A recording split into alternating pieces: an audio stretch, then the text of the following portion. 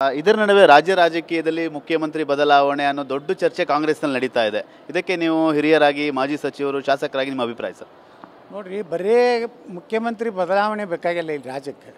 ಈ ಕಾಂಗ್ರೆಸ್ ಅನ್ನೋದು ತೊಲಗಬೇಕಾಗಿದೆ.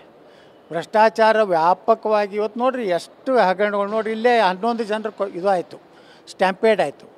ಏನು ಆಡಳಿತರಿ ಎಲ್ಲೈತೆ ರೀ? ಭ್ರಷ್ಟಾಚಾರ ಅಧಿಕಾರಿಗಳ ವರ್ಗಾವಣೆ ಅಂತ ಇಟ್ಟು ನಮ್ಗೆ ನೋಡ್ತೀವಲ್ಲ, ಬೇಜವಾಬ್ದಾರಿತವಾಗಿ ಇವತ್ತು ವರ್ಗಾವಣೆ ನಡೆದಿದೆ.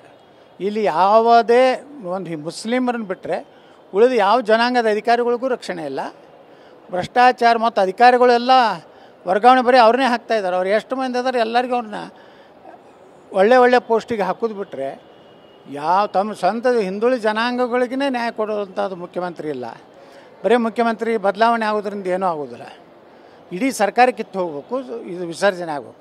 ಇದರ ನಡುವೆ ರಾಜ್ಯ ರಾಜಕೀಯದಲ್ಲಿ ಮುಖ್ಯಮಂತ್ರಿ ಬದಲಾವಣೆ ಅನ್ನೋ ದೊಡ್ಡ ಚರ್ಚೆ ಕಾಂಗ್ರೆಸ್ನಲ್ಲಿ ನಡೀತಾ ಇದೆ. ಇದಕ್ಕೆ ನೀವು ಹಿರಿಯರಾಗಿ ಮಾಜಿ ಸಚಿವರು ಶಾಸಕರಾಗಿ ನಿಮ್ಮ ಅಭಿಪ್ರಾಯ ಸರ್?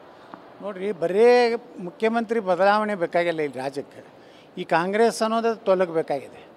ಭ್ರಷ್ಟಾಚಾರ ವ್ಯಾಪಕವಾಗಿ ಇವತ್ತು ನೋಡಿರಿ ಎಷ್ಟು ಹಗರಣಗಳು ನೋಡಿರಿ. ಇಲ್ಲೇ 11 ಜನರು ಇದು ಆಯಿತು, ಸ್ಟ್ಯಾಂಪೇಡ್ ಆಯಿತು. ಏನು ಆಡಳಿತರಿ ಎಲ್ಲೈತೆ ರೀ? ಭ್ರಷ್ಟಾಚಾರ ಅಧಿಕಾರಿಗಳ ವರ್ಗಾವಣೆ ಅಂತ ಇಟ್ಟು ನಮ್ಗೆ ನೋಡ್ತೀವಲ್ಲ, ಬೇಜವಾಬ್ದಾರಿತವಾಗಿ ಇವತ್ತು ವರ್ಗಾವಣೆ ನಡೆದಿದೆ. ಇಲ್ಲಿ ಯಾವುದೇ ಒಂದು ಮುಸ್ಲಿಮರನ್ನು ಬಿಟ್ಟರೆ ಉಳಿದ ಯಾವ ಜನಾಂಗದ ಅಧಿಕಾರಿಗಳಿಗೂ ರಕ್ಷಣೆ ಇಲ್ಲ.